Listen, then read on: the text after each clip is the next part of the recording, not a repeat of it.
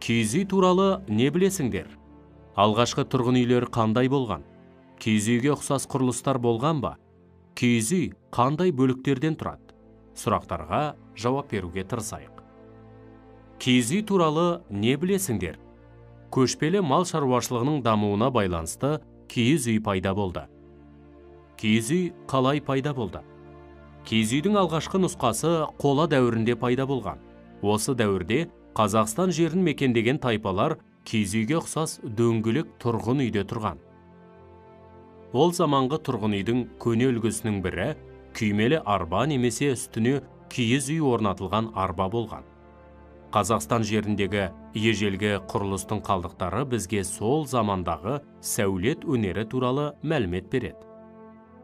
Алғашқы тұрғын үйлер қандай болған? Алғашқы қолдан жасалған тұрғын үй кепе болған.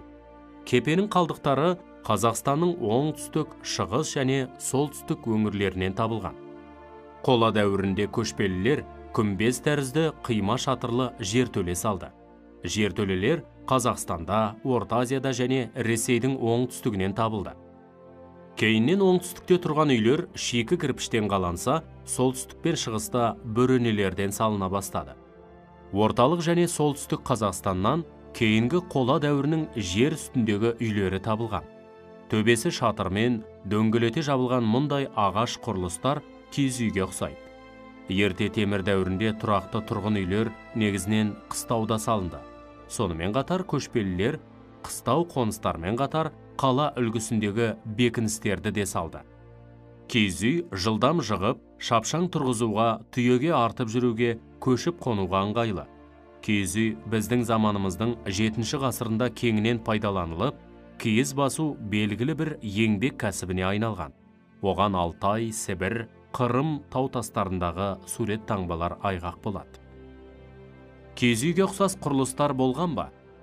Чаглинка, Петровка, Атасу, Бөгілудегі дөңгелек немесе көп құрлы, ағаш қаңқалы, түтін шығатын рамаға сүйенген конустық немесе пирамида тәрізді құрылыстың қазба қалдықтары табылғаннан кейін, киіз үйдің прототипі жеңіл, дөңгелек болып келетін Андроновтардың тұрғын үйі болып есептеледі. Киіз үй көшпенділердің тез жығып шапшаң құруға, яғни көшіп қонуға ыңғайлы үйі. Көшпенділердің киіз үйі тарихымыздағы ең бірінші сәулеттік құрылыс болған. Киіз үй көктем, жаз және күз мезгілдерінде қоныстан қонысқа көшіп жүру жағдайына ыңғайлы құрама үй. Киіз үй құрылысы қандай болған? Киіз үйдің қабырғасы торлап көктелген керегеден тұрғызылады.